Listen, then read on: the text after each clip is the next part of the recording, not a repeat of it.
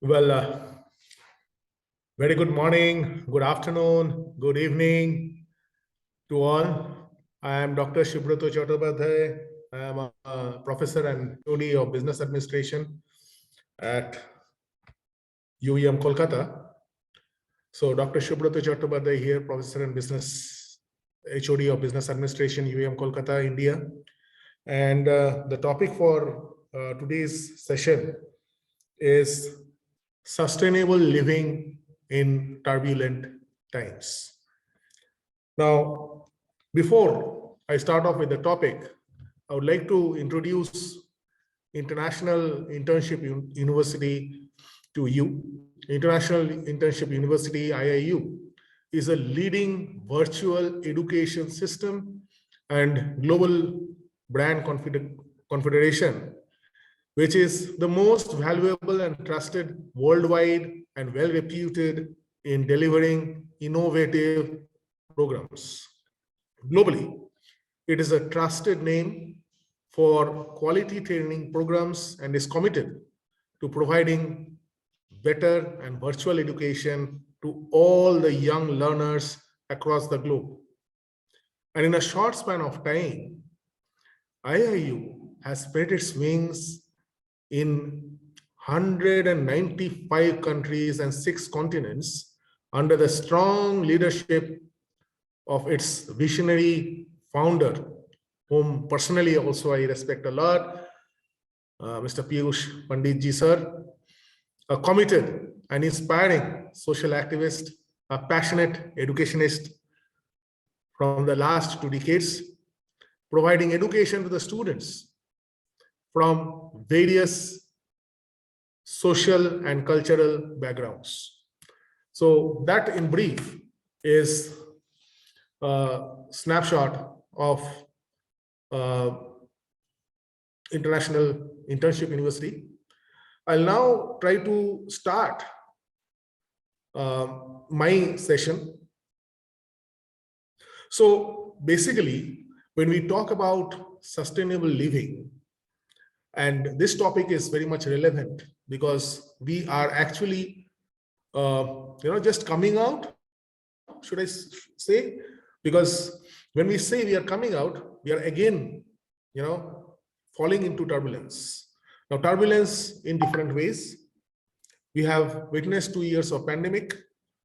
Then also we are seeing that the war between Russia and Ukraine still on, right? That is turbulence in the environment in the form of landslides, in the form of earthquakes. We have seen, what has happened in Turkey a week back. So we are passing on through actual turbulent times in our lives. Now, when we talk about sustainable and responsible living, especially in this turbulent times, it's very important for us to learn the need to live sustainable and responsible lives. Each one of us has to take care that there has to be sustainable living for the next generations, that is the generations to come. So whatever we do, whatever we act and practice, that has to have a sustainable form to it. How do you manage your household waste responsibly? So it says charity begins at home. So how do you manage your household waste responsibly? How do you distinguish between organic and inorganic waste and what waste hierarchy means? How do you recycle the wastes? And what are the advantages of recycling? How to be more energy efficient? How do you conserve the water and the resources, the natural resources?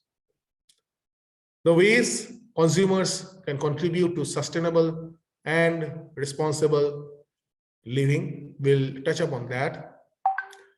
And the organizations involved in raising awareness about sustainability. So moving on, here in the screen, you can see the Sustainable Development Goals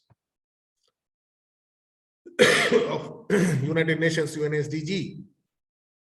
And all of us know about this 17-point agenda, which is the sustainable goals of United Nations. And by 2030, they are going to achieve it. Okay, so it includes poverty alleviation, zero hunger, good health and well-being, quality education, gender equality, the clean and green environment, affordable clean energy, decent work and economic growth, reduce inequalities, industry, innovation and infrastructure, sustainable cities and the communities, right? So, I'm not going through all of them. You can see it on the screen. So it's very important that we touch upon all these SDGs of United Nations and imbibe them in our life as well. So we need to know about what are the principles of sustainable living. How do you use the land, the forests, the water bodies, the wildlife? How do you protect them? So effective land use and wild protection. How do you conserve the water resources?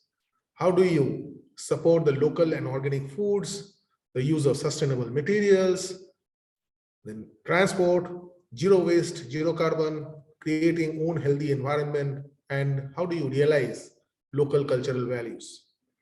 So you see, sustainability or sustenance is a part of our everyone's life at different points of time.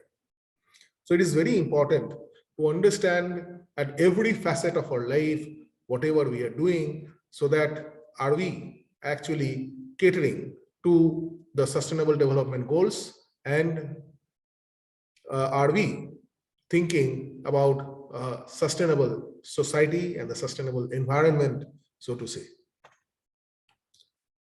Now, when we talk about sustainable and responsible living, it is not only about the environment, but also about how one works with others, that is contributing to making the world a better place by applying sustainable practices in everyday life.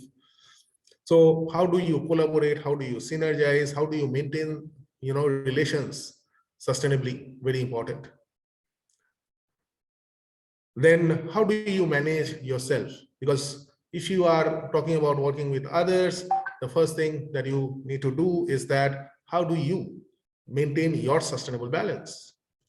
So how do you make considered decisions in order to live life in a responsible and a sustainable way? And the next important skill is being creative. That is, what is your contribution and how do you explore options and alternatives when conserving energy, water, and managing waste and creating a sustainable environment? So it is, the sustainability starts with me as an individual, and also imbibing the thought of sustenance and betterment among others. So that's how sustainable and responsible living should be. So let us now understand what is sustainable lifestyle. So when we talk about sustainable lifestyle, so sustainable living, as I said, is a lifestyle in itself that attempts to reduce an individual's or society's use of the arts, natural resources, and personal resources. Now, when I say reduce the individual or society's use of the earth's natural resources, we should use it to the extent that is optimum. We should not misuse any of the natural resources that are there or the personal resources that are there. We should use only to the extent that is allowable or that is possible, minimal use, so to say. I'll elaborate more on this front in the slides to come through the session. So practitioners of sustainable lifestyle often attempt to reduce the carbon footprint by altering the method of transportation, energy consumption, and diet. I'll give you some examples straight away. Let me see. So basically, many of us, while in office or in home, when we are working, in office, now work is over, then we think that my work is over and I move away. But the lights, the fans, the AC, etc., right? We keep it on. And we think that someone else will do the needful towards switching it off. And what happens as a result? We are actually not taking care of the energy consumption. We are not conserving energy. Similarly, altering the method of transportation. So we are using the different natural fuels for transportation. What about the alternative fuels for transportation? What about the other modes of transportation to be used? So, already a lot of efforts has been made. So, different modes of transportation with different types of fuels. The method of transportation is also getting changed so that the carbon footprint is reduced. So one conception of sustainable life actually expresses what it means, the triple bottom line. So I think all of us know about the triple bottom line, which is concerning the people, the planet, and profits. Okay. So as meeting the present ecological, societal, and economical needs without compromising these factors for future generations. So when we talk about sustainable living,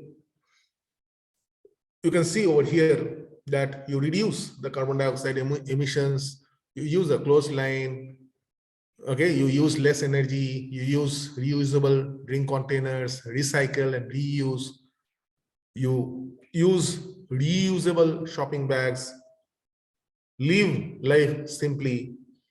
Then instead of maybe tube lights, you use LED bulbs which has a low wattage, and also for water conservation use shorter showers. So these are different examples of sustainable living practices that can be practiced by each one of us. So the keywords for responsible living, as I said, is organic waste. We see inorganic waste, biodegradable, then minimization, reduce, reuse. So any topic of sustainable living and sustenance, you will find these keywords being used. So basically, when we talk about sustainable living, it actually encompasses three major elements. One is the society, the economics, and the environment. And when we talk about each one of this, when we talk about society, maybe we talk about the standard of living in the society. What is the education level in the primary, secondary, tertiary, higher education? How educated people are? Do we have 100% literacy and adaptability to the newer technologies? Then coming to jobs, what is the job market scenario in the society? What is the level of employment? Or rather, should I say the level of unemployment? Okay. Equality of opportunity, is it there in the society? So these are the societal perspectives. Then you have the economic perspectives in the form of what is the growth figures, then the profit, the cost saving, R&D, etc. Coming to environment, how do you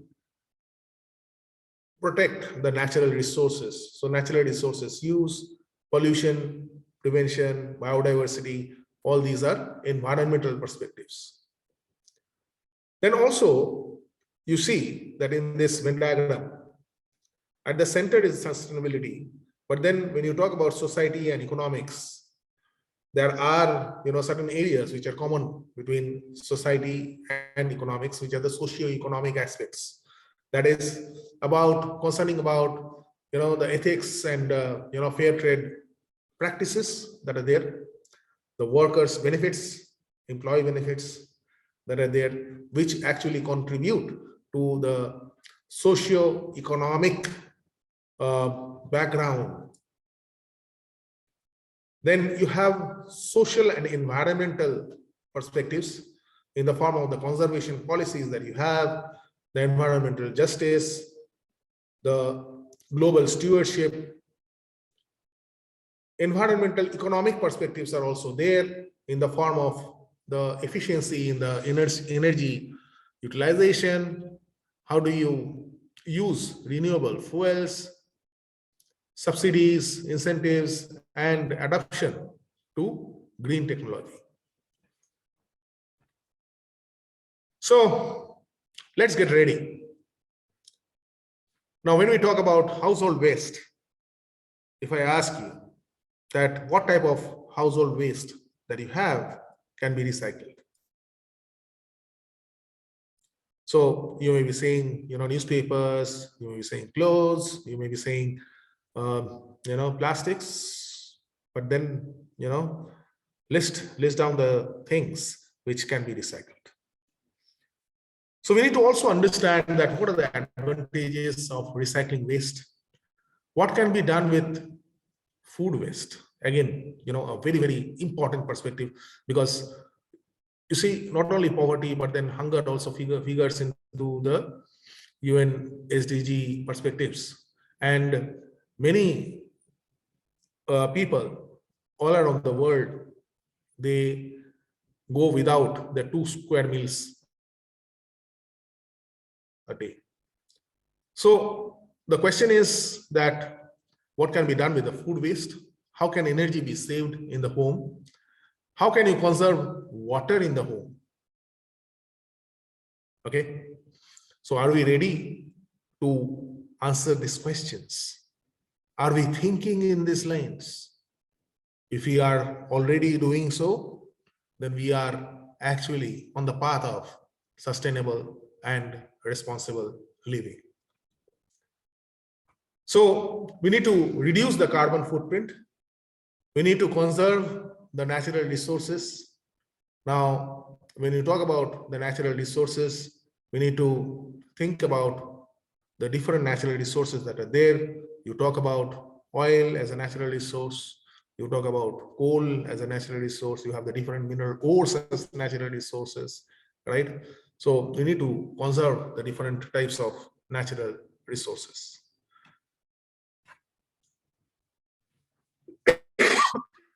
Now, there are different circles of sustainability.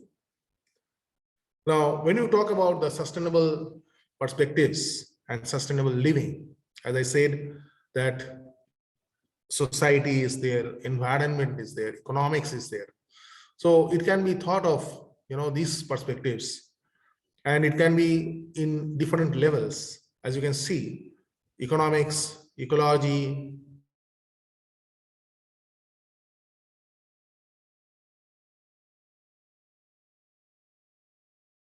circle of sustainability in the Common Map that has been used, which can be at different levels, like it can be vibrant, or good, or highly satisfactory, satisfactory plus, satisfactory or satisfactory minus, highly unsatisfactory, bad, and critical.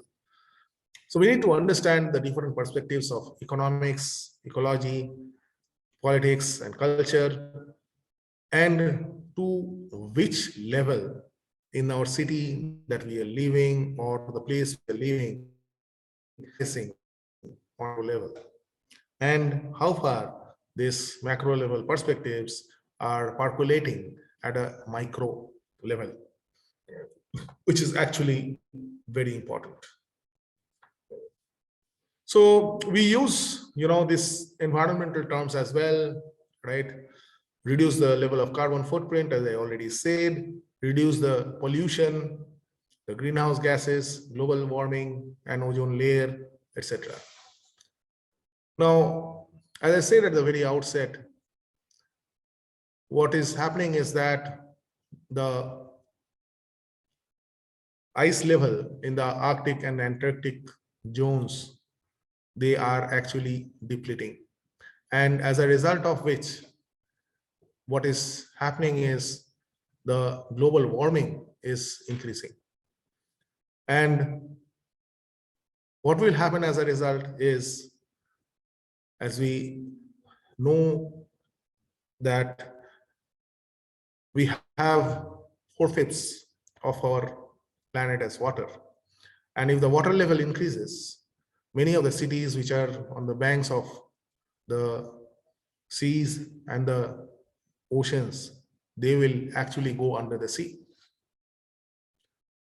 And it will be a catastrophe. We have seen, what happened in India, maybe, around a month back, wherein Amarnath, which is famous for pilgrimage, right? That has been declared a place wherein you cannot, the tourists cannot go because sustainable tourism is not there. Now, what was the reason behind it? See, we human beings do exploit nature and we use it for our own gains.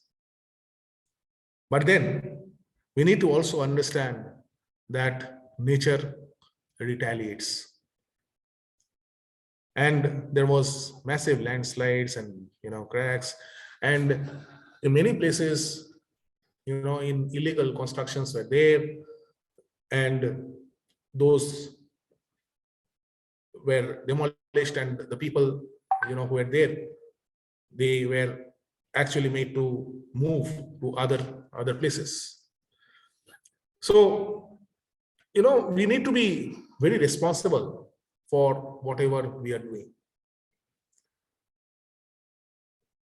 Many a times in different events, right, we have bonfire, and the different industries, they dump their wastages in the rivers, adjoining rivers, lakes, etc., and cause water pollution. So what happens as a result is that the water creatures and the creatures which live in the sea, as well as the other flora and fauna, they are affected, and many of them get depleted and extinct. So the question is that we all are responsible for all these. Are we thinking about our future generations? Actually, are we creating a sustainable and responsible living for our future generations? It is very, very important for all of us to understand the same.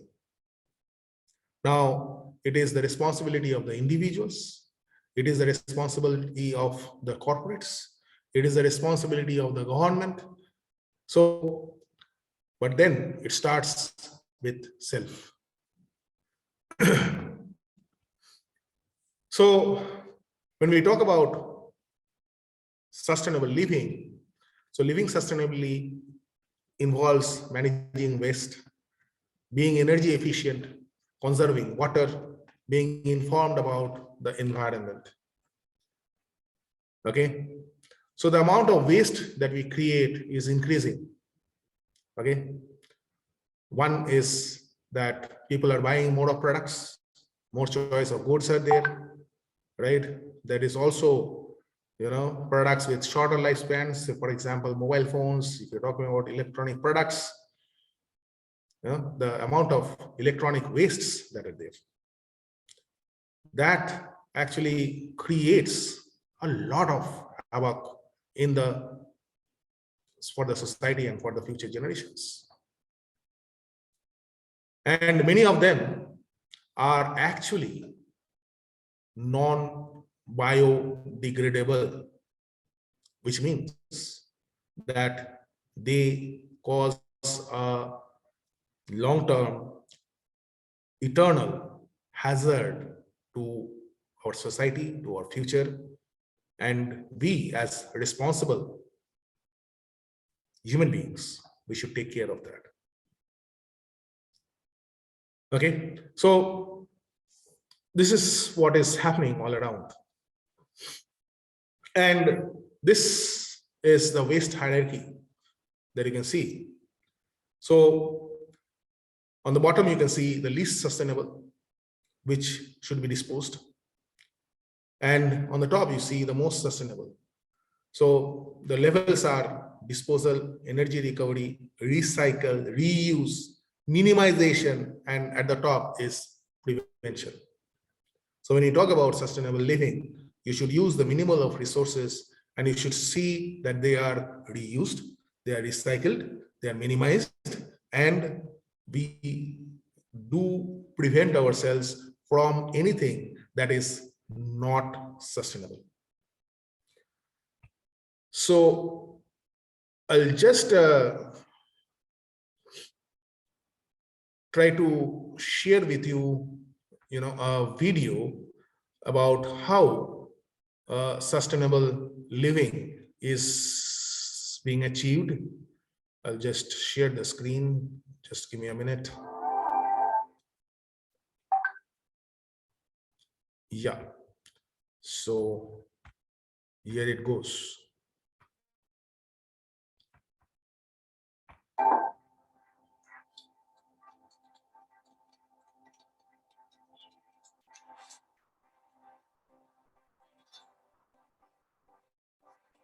The USLP provided us with a strong framework for action and clear goals and metrics. It was absolutely visionary at the time.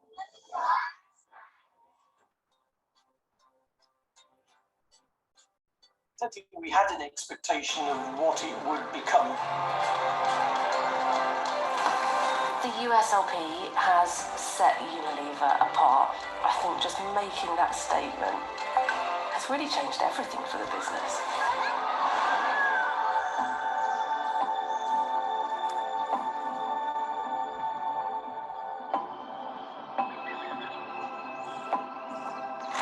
It was clear to me that going back to the roots of it, Lord Lever, who actually believes in a very integrated value chain, that we had to put a more responsible business model out there that reflected the need of society. If we could set really ambitious objectives, then it would stretch people to think and act in a completely different way, not incrementally. Karen and I used to write all the drafts. Once we had got the basic architecture, it at that point became very much an effort. The goals were very ambitious. It really required us to go well outside our comfort zone. We didn't necessarily have a path mapped out of how we were going to achieve all of those different targets. Well, I remember a week before launch feeling mildly terrified, but that's become a really good internal benchmark for when we know we're on the right track. Aligning ourselves with the USLP, giving ourselves a North Star, all then gave us those foundations to then build a purpose.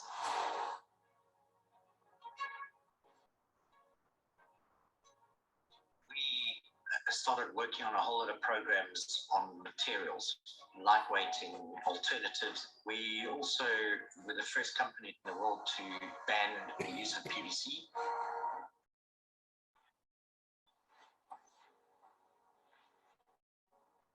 it's really important to share with our competitors, peers, partners, what we've learned, because if you think Unilever has achieved zero landfill, why can't others? When Unilever puts a product in a shelf, we drive business that raise people above poverty, that brings opportunities in all the places where we are operating.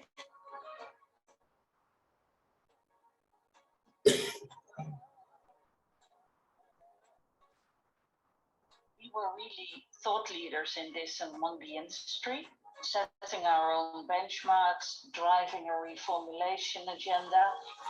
Sugar, less salt, it's real full of delicious natural ingredients. We've managed to do it in a way that's kept our products delicious, tasty, and affordable. We're doing really well in things like reducing emissions from our manufacturing operations. We're doing really badly on helping consumers reduce emissions.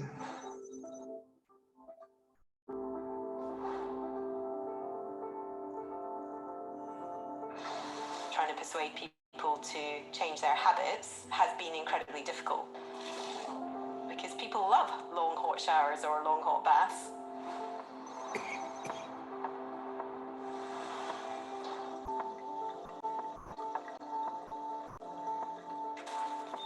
I think our understanding of the consumer piece has matured massively in terms of understanding what we can and we can't do.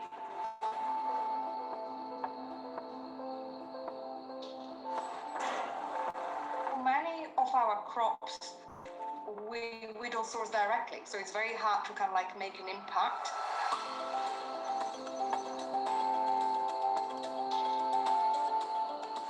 Sometimes, even if you have a sustainability certification at origin, in the process of trading the grain, you lose visibility of that. We set up the round table for sustainable palm oil. We concentrated on crops and commodities like vanilla, cocoa, and areas where we could really make a difference.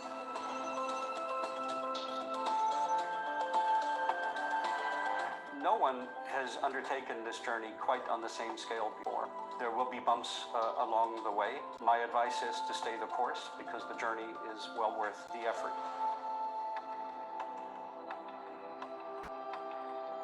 In terms of getting things done, people's lives enhanced, you'd have to say that it's a pretty good decade. My emotions are a sense of real pride in what the team has accomplished. And we've learnt all along the way.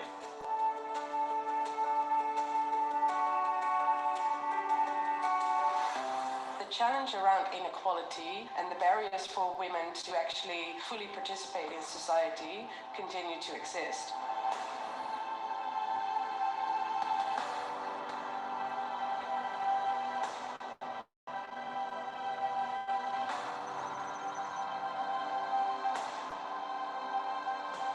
Together with UN Women on developing a global framework to drive safety for women in rural spaces.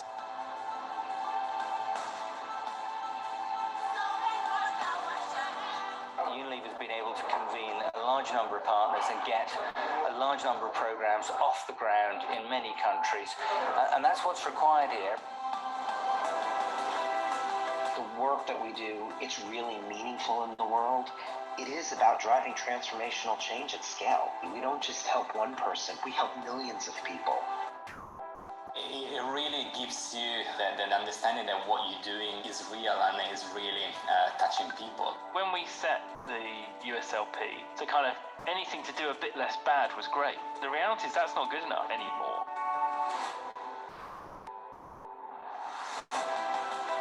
People want to work because of the USLP.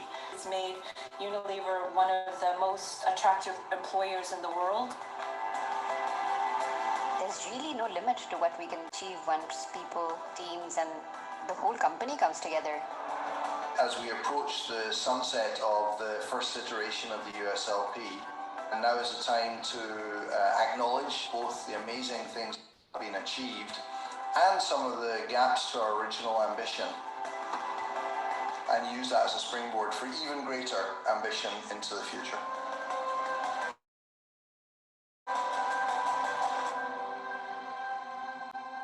Well, that was an interesting video about how Unilever as an organization is promoting sustainable living, sustainable practices, changing the habits, the behavior of the people at large, and creating sustenance in different facets and different aspects. Now, coming back, as I was talking about sustainable and responsible living, as you have seen in the video, it covers all these different aspects in the waste hierarchy. So moving on, to prevent waste, you buy only what you need. You maintain, repair, and reuse items. You compost organic wastes, avoid overpackaged goods, use a lunch box instead of plastic bags. So these are, small ways that we individuals can contribute towards sustainable and responsible living. So these are again, about recycling different types of household wastes.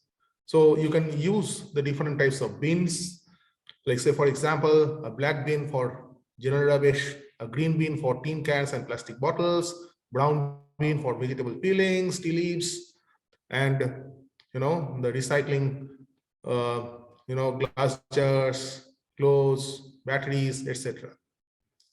Okay, so one needs to understand that where would you dispose animal wastes, cardboard boxes, mobile phones, newspapers, old laptops, so that it actually contributes towards sustainable and responsible living at large.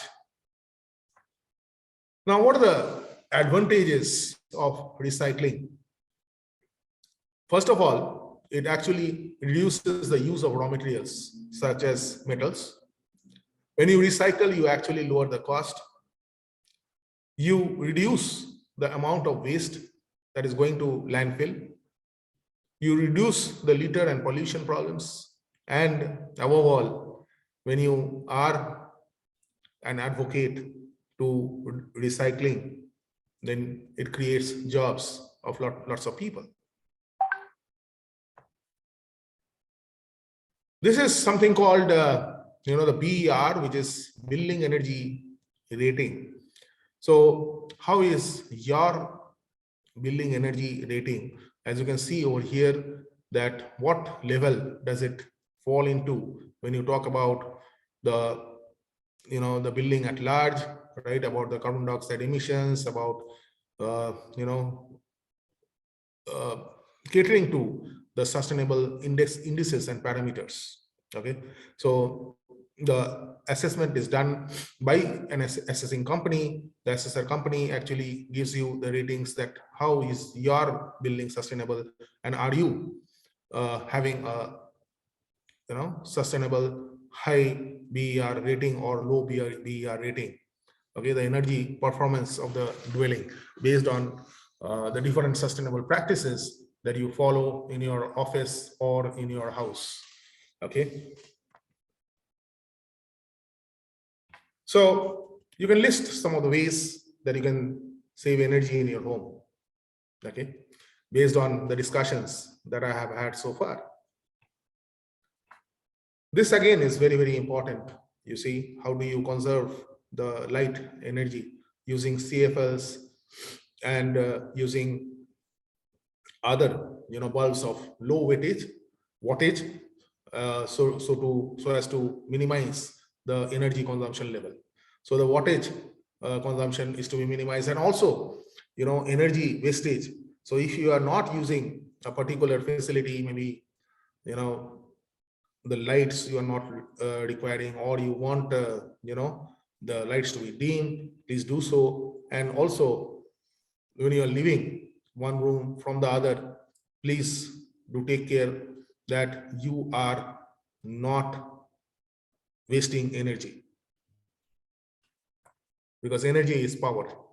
Okay, and if we are demolishing power, we are committing a crime for the society. Conserving water is also very important. So you can list some of the ways that you can conserve water. Already in the video, these were shown, like, when we bathe, we use a lot of water for showers. So instead of that, you can use the tubs for bathing, right? Also, don't spill water or waste water, especially, what is happening the world around is that the consumable water is decreasing and the water levels are receding. So when we talk about the water that we drink, right, there was one point of time when there were wells, tube wells, etc. I'm talking about the Indian context, right? And there were taps from which water was available and people could drink water. But then what happened is that it was found that it was not fit for consumption. So worldwide, it is a common phenomena that we pay to drink water. And there are countries which actually do not even manufacture the edible water. They have to actually import from other countries. So if you do not conserve water, especially the water for consumption, then we are actually headed for tough times. Now, this talks about the sustainable practices when shopping.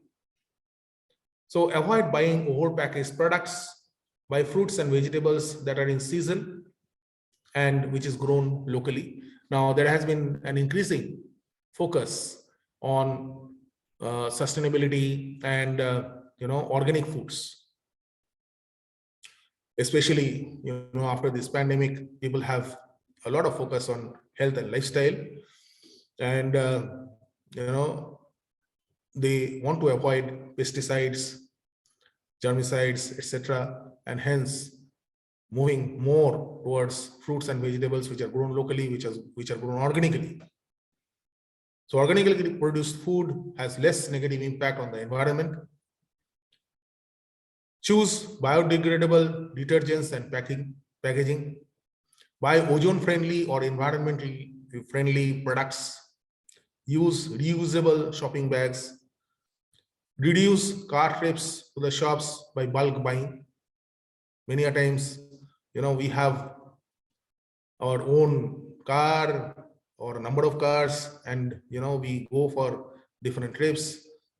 So actually, we are not thinking that we are actually doing harm to the world as a whole, to the greater society as a whole, right? We are only thinking about our own aspirations, our own benefits, our own lifestyle, and our own comfort. Okay. Now we should also look at the environmental friendly products labeling. Choose the energy efficient electrical appliances. So there are different energy ratings that are there. We should go for the highest rating so that they are environmentally friendly and energy conserving. So we should choose energy efficient electrical appliances. Okay, so you can list, based on my discussions, some of the ways of being more sustainable at home. And I talked about sustainable practices in your locality.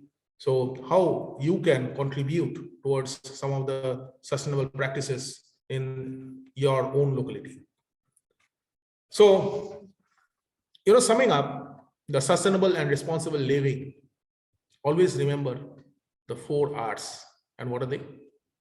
Reduce, reuse, recycle, and repair. These are the 4 mantras of responsible living and sustainable living. Now, the top 10 ways to live in a more sustainable fashion. First is turn off the faucet. Taps that we use for water consumption. The average American household uses 300 gallons of water daily. So if we can minimize the water from the taps, cut back on the single-use plastics. Every year, 150 million tons of single-use plastics are produced worldwide. Cut back on that. Upcycle. Look for creative ways to use old things. For example, yesterday's t-shirts can become today's cleaning rags. So think about new usages. Think about how to upcycle. Eat local whenever possible. As I said, so food doesn't need to travel. It takes less energy to get to your plate. Shop smarter. Only buy clothing if you anticipate wearing them, a minimum number of, say, 30 times. Invest in Energy Star appliances, as I already said. Recycle the right way. Take steps to reduce the food waste. 40% of all food is wasted in the US. So aim to use the leftovers, fridge excesses, ingredients, and shop smarter. Eat more meatless meals. So it takes more than 3 times the water to produce a pound of beef as it does a pound of dried beans. So in your food habits also, please do include the same. And lastly, drive less. So a typical vehicle emits 4.6 metric tons of carbon emissions annually. So drive less. So basically, we come to the learning checklist. As you can see over here, this can be used by all of us. The red is, I don't know this. Orange, I need to study this again. Green is good to go.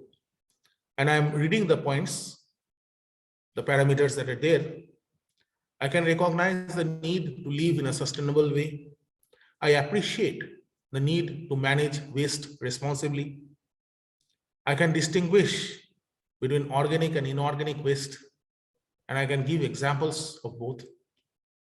I can explain what is meant by EU waste hierarchy, as I discussed. I can define the terms biodegradable and recycling. Ask yourself all these questions and see whether you know this or you don't know this, or you need to study it again. I can outline some of the ways to be energy efficient. I know how to conserve water. I can outline some of the ways that consumers can help the environment when shopping at home and in the locality. I can give an agency involved with raising awareness about sustainability and the environment. So coming to the last slide of my presentation, this is just an appeal that if you can do it. So you design a waste management system for your home, waste, recycling, and compost. Research the different types of insulation that can be used at home. Report back, maybe to us with a 2-minute video as to what you have done, maybe at some point of time. Investigate the recycling programs that are there and prepare a half-page report on it. Define what sustainability means for you. Keep a diary for the day of what food you throw and how much water you use. Can you make one improvement that will make you more sustainable? Complete a revision mind on sustainability. Design a poster to encourage people to compost and recycle. Compete in different sustainability connect challenges. Create a model of working principle of the refrigerator. So that's all that I had to say about sustainable living in turbulent times. I hope I've been able to do justice to the topic.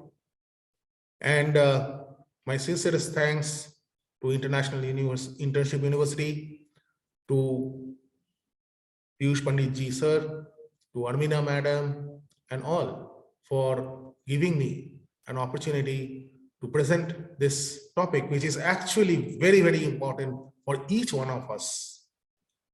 Thank you so much.